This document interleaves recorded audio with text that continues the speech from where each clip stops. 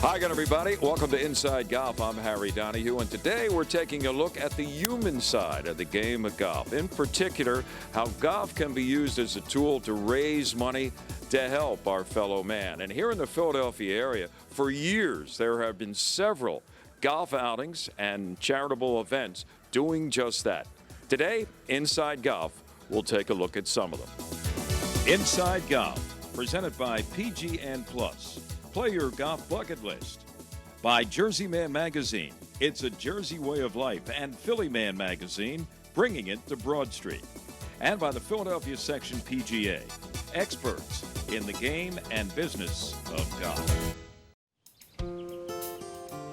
At this moment, across the country, families are packing their bags for a getaway. And no matter where they end up, they'll all be home by dinner. Plan your own at playgolfamerica.com. From finding fun and affordable programs to finding advice from PGA and LPGA professionals, playgolfamerica.com has a way for you to get away. Visit today for details. playgolfamerica.com, your link to the game.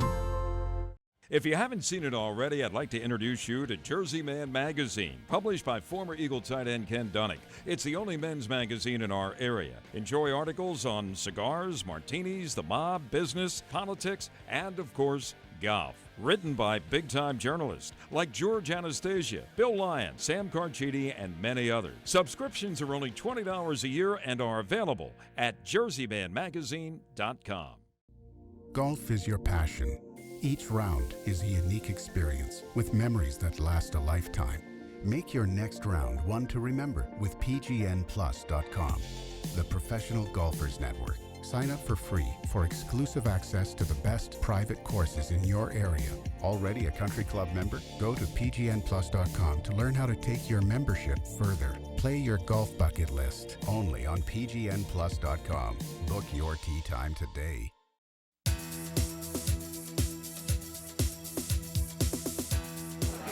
There is no story comparable to the John McDermott story. Nothing like it. For extraordinary circumstances that you have never seen before, will never see again. Johnny McDermott was a boy from West Philadelphia, the King Sessing neighborhood. His father was a mailman, dropped out of high school when he was probably a freshman. And he was already a caddy. And he went to a couple of clubs on both sides of the river. Over on the other side of the river at Moorestown, he became the first pro because he was a fine player from the moment he could pick a club up. When he was only 19, he won the United States Open. He wins the Open the next year at Buffalo. Now everybody knows him. Before, no one knew him. He won a couple of other important events, and then it all turned around and went off the cliff. So after that, he was institutionalized at Norristown State Hospital. Right. He was 23 when that happened. He lived to be 80. Welcome back to Inside Golf. You know, that was a little sample of a show we recently did on the life of Johnny McDermott, Philadelphia's own Johnny McDermott, whose career was cut short by mental illness at the age of 23 after he had won back-to-back U.S. Opens. And today, golf continues to help those who are afflicted by any number of serious illnesses. Brain cancer is the second largest killer of young people under the age of 20. Correct. And at CHOP, of course, they're dealing with this on a daily basis. And this year alone, I understand today's outing here at Lookaway has raised, what, $90,000? Yeah, $90,000 or $95,000 for this event, which is in our fourth year. Every year we've stepped up, and the membership here has been incredible. We have super support from the community through everything that was going on, and it's really been a positive support to help these kids that have the same problem that our son had. One thing too I noticed this year, a lot of the money raised will go toward a special project at CHOP that they're trying to do to aid in the healing process. Explain that to me, Jack. Okay, actually, CHOP has built the Burger Center, which is the state-of-the-art facility in the country to outpatient facility. And at the top of this garden is actually, at the top of the building, I should say, is a respite garden, and it's going to be launched July 2015, and it's going to be in honor of our son Matthew. And so its patients can go there. We found that as you're going through treatment, you need a place to go to. When Matt was going through treatment, I ran on Franklin Field or walked through the city. You need to get out of the hospital. So basically, green space and being around nature and being around trees and what have you. So as a foundation, we are building this respite garden, and it's going to be a spectacular view of the entire skyline of Philadelphia. It's just going to be spectacular. You know, Dave, as somebody who works every day outdoors, manicuring a golf course, the irony there is almost beyond disbelief how your foundation is helping stretch beyond a golf course to deal with some very sick kids. Well, it was planned that way. Our son, Matt, wanted to follow my footsteps and be the superintendent here at Lookaway. He wanted to take over for me when I left here. So part of that was how can we keep that through other kids, and how can we help other people that way? And it was the green space in the hospital was just the perfect thing for us to do. Well, it is the 22nd year of the Jay Siegel Invitational here at Aronimink, and look who it is, the host himself, Jay Siegel. Jay, 22 years. It's one of the longest running and one of the premier charity events, not only in Philadelphia, but around the country. Yes, Harry. Nice of you to be here, and yeah, we're thrilled at the turnout again, and a lot of hustling going on in the last few weeks, but you know, talk about team effort. This is really a huge team effort. We have groups that have been with us every year, major corporations, individuals. Pretty neat. And the cause, of course, is prostate cancer research, but we do so much for other cancer situations. I have the ability to have access to the best at Penn, and we get some great results. We've got many success stories. What was the initial attraction to have the event, and in particular have it focus on the Abramson Research Center at the University of Pennsylvania? Well, my dad passed away from cancer years ago, and we got involved with the American Cancer Society, and then shortly thereafter, Arnold Palmer came down with prostate cancer. The guys started talking about it. We realized that the guys didn't know anything about prostate cancer awareness. Then Colbert, my good friend Jim Colbert, same thing. So we learned a little bit more. It made sense for us to shift to prostate cancer awareness because the women do such a better job than the men. So here we are. It's a good time for people to get together, play golf, but also gives them the opportunity to realize, hey guys, you got to take care of yourself, your health, and it's a wake-up call for a lot of people. Absolutely. It's amazing how many guys don't. And we've got guys on the committee who had prostate cancer in their 40s. People look at me and they say, how could that be? Well, it happens. Golf's charitable impact doesn't end with illness. Some events exist just to change lives for the better, and some simply celebrate a life well lived. Well, the gentleman who is responsible for this huge event for Philadelphia Section PGA members, George Gonell, who is the founder of Haverford Trust. And George, also, 17 years now, your company has sponsored this event. Each year it gets bigger and better. Why such a commitment to Philadelphia area pros? I never felt that the people in our immediate area ever had a chance to compete at the super pro level. And it could be location or families or lack of money. You know, to be on the tour, you got to have a lot of backers. So we started with a $10,000 first prize, and it's grown every year, and this year it's $75,000. And that's the largest one-day prize in the country. And my feeling on the $75,000 is to have change somebody's life. So I hope someday it'll be $100,000. But the funny thing is, the second prize is going to be still $5,000. And you'll still be changing people's lives. You know, I was going to ask you that. What kind of feedback have you received over the years from winners that have really touched you? I've had, I'm going to say over the 17 years, maybe 300 letters, minimum. And they're handwritten, they're not typed. Gee, thanks a lot for the hamburgers and the money. It's heartfelt letters. So I feel like I'm doing something for the golfing community. Pleasure and congratulations. It's something, a real tribute to you and a great part of your legacy. Thanks a lot. Thank you. Then you won't really ever enjoy it. So have fun. The Philadelphia section of the PGA has created a program that targets college students, especially business majors, and it's 4 sessions, and it's at a local country club. It teaches them the game of golf and also the business aspect that golf can have.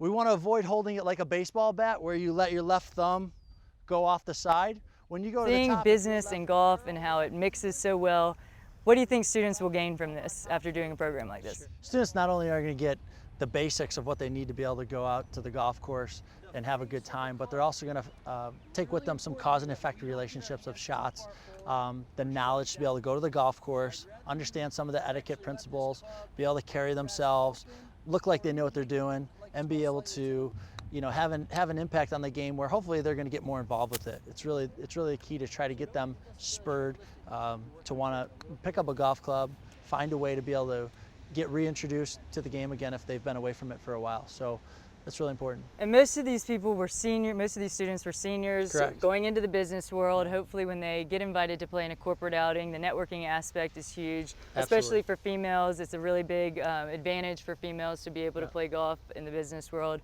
Those networking opportunities, those opportunities to be with prominent maybe business leaders will allow them to grow in their professions, allow them to establish lifelong friendships hopefully.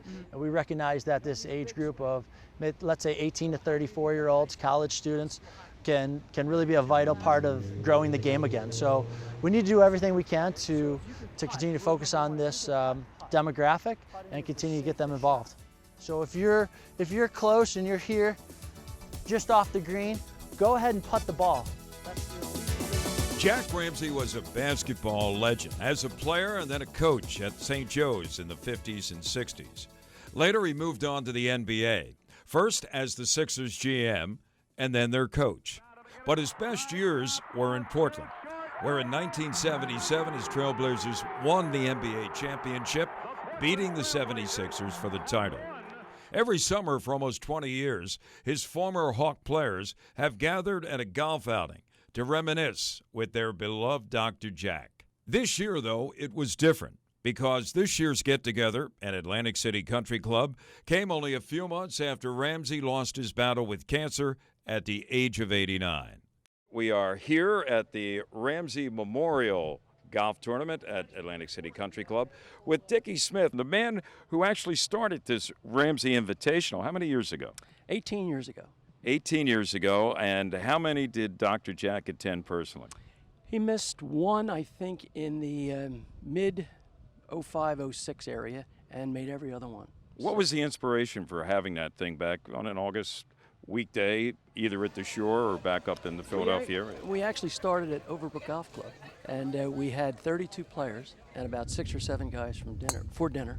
And it was essentially to get all of the players that played for Jack and coaches, anybody that was involved in the program. So it was kind of a small select group, and that wasn't the intent to exclude anyone.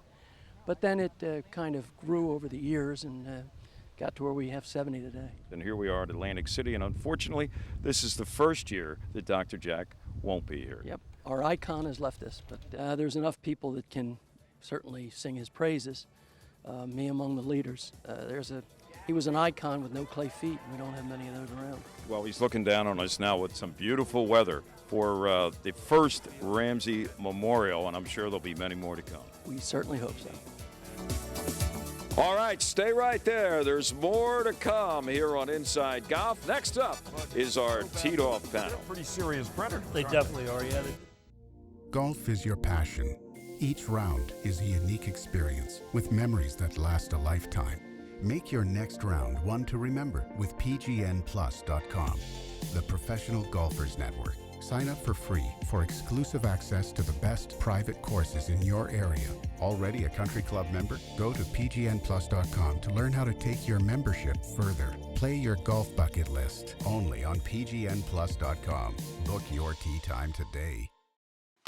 When you step out, make sure you go all in.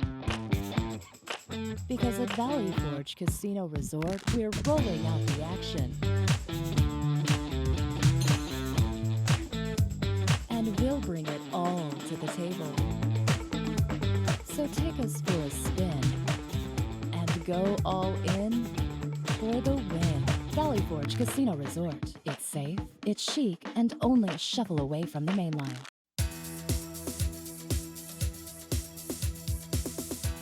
Welcome back to Inside Golf and our teed off panel. Today we are at the Valley Forge Casino Resort right on the gaming floor with three gentlemen you will certainly recognize. To my far right is Ken Dunek. He is publisher of both Philly Man Magazine and Jersey Man Magazine, and he loves the game of golf. He can hit it a mile, and we love having him.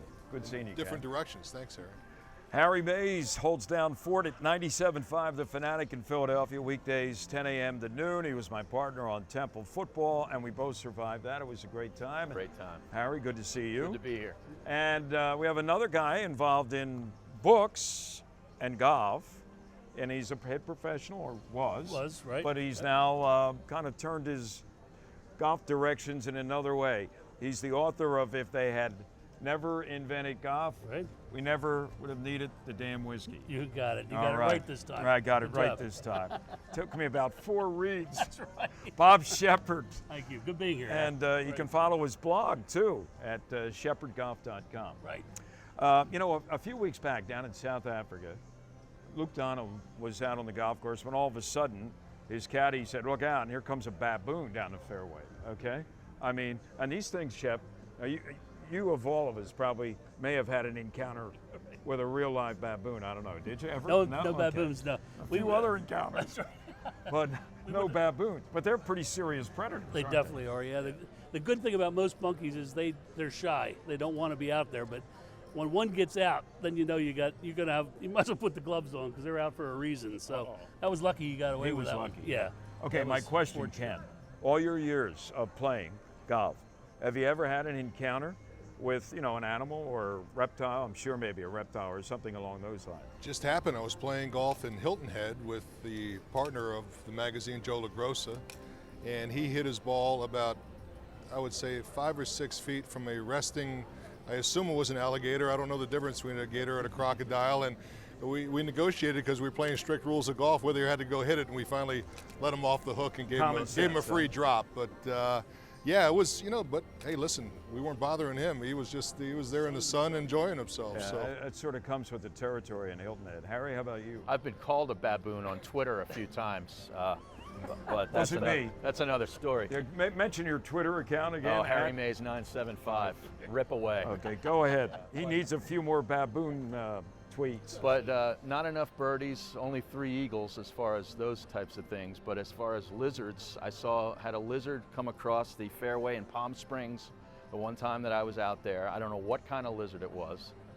It's probably a docile. A beautiful thing. Docile. It was beautiful. Multicolored? Yes, multicolored. What time of day was it? It was in the afternoon. It was pretty darn hot. Scare you a little bit? Or? A little bit, yeah, absolutely. You got out of the way? Anything that sticks its tongue out at you scares me. And alligators. I ran into an alligator in Florida, and I've had several deer up here in Pennsylvania trot through the fairway. Nothing. That's time to get your That's nothing. camera. How about you? I know you have, Shep. What have been your encounters? The one that got me the most was down at Grand Cypress down in Cape Coral, and I was playing with, back in the old days, the girls were great players. Janet LaPera from Ballad Country Club, she was there. I had Jocelyn Barassa from Canada, Sharon Miller, and we used to play golf almost every day. Patty Berg would give us our golf cart, and we would use that to play. Patty Berg? Patty Berg was a member down there. She's an honorary member. We should let us play there every day for free. So we're out playing. I'd play the tip and let them play up front, and that would neutralize the drives, and off we'd go. Well, this one hole, there's a drainage ditch across the fairway, and we drive it, and they're a little short of me, and they hit their shots, and I walk up to hit mine, and I'm ready to hit, and Sharon says to me, Shep, come here a minute, I want to show you something. And I said, well, let me hit, because those guys on the tee, they're waiting for it. She said, no, come here now. I want to show you something. So I walked back, and not from here, 5 feet away, is the head of an alligator. It was that big, coming out of a drainage pipe. And I tell you, it scares you. It really does, because they are huge, and they can put a halt on you. Zigzag. That's no what they straight say. line, Yep, right? exactly. Is that yeah. the key? But Hopefully you'll never have to test that theory, exactly right? right, yeah. Well, I only experienced recently, last summer, one of my favorite courses down at Harry Pittner. Hello, Harry, at Shoregate. Great halfway house and the hot dogs. We did the whole thing here on Inside Golf. But I'm on the 9th hole, which may be the toughest hole anywhere. Par 5 around the water, wind's blowing. Third shot, I put left of the green down sort of like in a marsh. And I'm looking for the ball, and I'm poking. All of a sudden, this snake, and I'm not exaggerating, about that long, kind of shimmied into the water, thankfully away from me and my ball. But I think it cost me a bogey. I could have gotten up and down for a grade 5 from there. That's right, yeah. But it kind of rattled me a little. Shook you up a little bit. Kind of rattled me. Rattled you. There's a good one. I like the adjective. Yeah. Yeah, what are you going to do? But hey, good luck out there. It shouldn't be that way all the time, but you never know, right? That's right. Fire ants too. How about fire ants? Oh, we'll talk about that next time. All right, thanks to Ken Dunning, Harry Mays, Bob Shepard. We'll be back. Inside Golf continues with more in just a moment. The Valley Forge Casino Resort is the region's only full amenity gaming resort, and it's only seconds from the Pennsylvania Turnpike at King of Prussia. It features 600 slots, 50 table games, and there are nearly 500 guest rooms, plus 8 restaurants designed to meet all of your dining needs. So put the beautiful Valley Forge Casino Resort on your destination list. If you haven't seen it already, I'd like to introduce you to Jersey Man Magazine, published by former Eagle tight end Ken Dunning. It's the only men's magazine in our area. Enjoy articles on cigars, martinis, the mob, business, politics, and of course, golf. Written by big-time journalists like George Anastasia, Bill Lyon, Sam Carchidi, and many others. Subscriptions are only $20 a year and are available at jerseymanmagazine.com. In 1916, a small group of dedicated golfers decided to turn their passion into a business. And the PGA of America was born.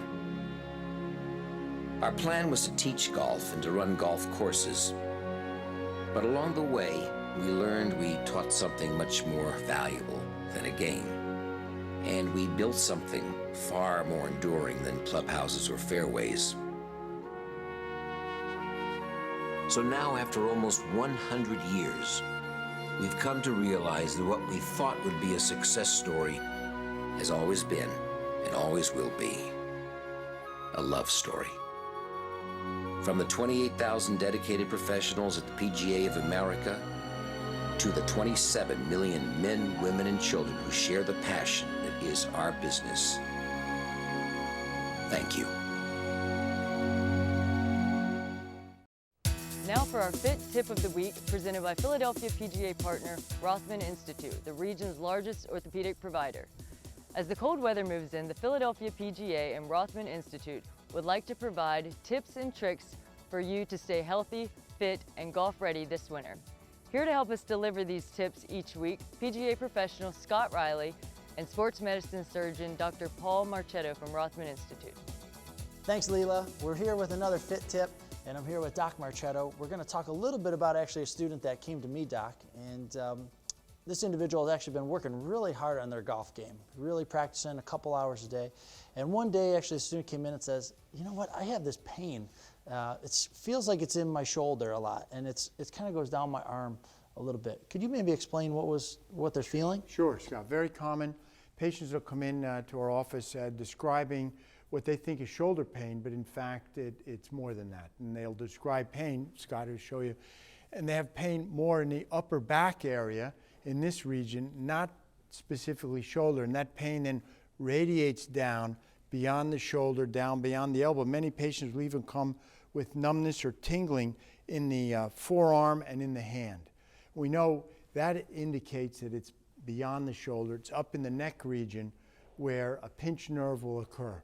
And it occurs when an athlete has been working out in one position and they turn their neck, they keep repeatedly twisting their neck to the point where they get an inflammation of one of the cervical discs. Presses a little bit on a nerve root, and there are a bunch of different nerves coming out of the neck. Each one goes a different part of the arm, but in fact it goes through the shoulder and gives you what you would think is shoulder pain, but in fact originates from the neck. They can't turn their neck, they have trouble looking up at the ceiling, rotating one way or the other really exacerbates their pain. So we know it's coming from the neck. So what are we going to do about it? What we recommend, of course, is loading up on anti-inflammatory medication, figuring out what activity it was that caused it. It may even be 2 days before the onset when the inflammation finally builds to make itself really difficult for the patient or the athlete to make the active move of turning. How about a, will that incline them, physical therapy or a chiropractor or something like that as well? So we would tell the patient, first we get x-rays to make sure there's nothing structurally wrong, and then go through an exercise routine. And most of it has to do with loosening up, moist heat in the upper back, a lot of anti-inflammatories to help quiet down that nerve root that's irritated. And if it really persists with this numbness and pain, you really need to see somebody to get an x-ray and an MRI to see if in fact you've pinched the nerve in your neck. And once that's diagnosed, medication takes its effect, pain starts to go down, then aggressive therapy to help those upper back and neck muscles so you prevent it from happening again. There you go.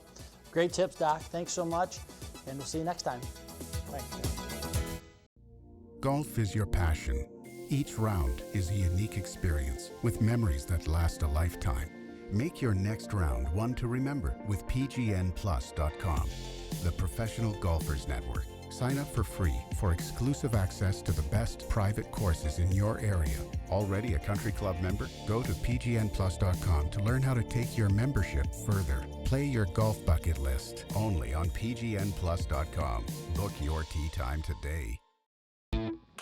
Valley Forge Casino Resort, we're rolling out the action. So take us for a spin for the win. Valley Forge Casino Resort. It's safe, it's chic, and only a shuffle away from the main line. At this moment, across the country, families are packing their bags for a getaway.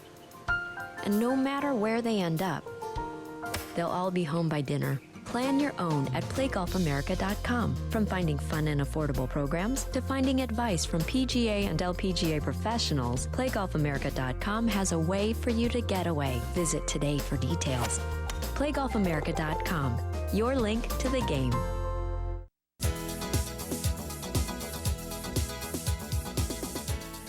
Well, that's this week's edition of Inside Golf. Hope you enjoyed it. And next week, be with us when we return to the USGA headquarters in Far Hills, New Jersey. Last year, you'll recall, we were there and visited the Test Center. And next week, we'll be at the USGA Famed Museum. It's a show you will not want to miss. I'm Harry Donahue. Remember, no matter how bad it's going for you out there, don't pick up. See you next time on Inside Golf. Inside Golf, presented by PGN Plus. Play your golf bucket list. By Jersey Man Magazine. It's a Jersey way of life. And Philly Man Magazine, bringing it to Broad Street. And by the Philadelphia Section PGA. Experts in the game and business of golf.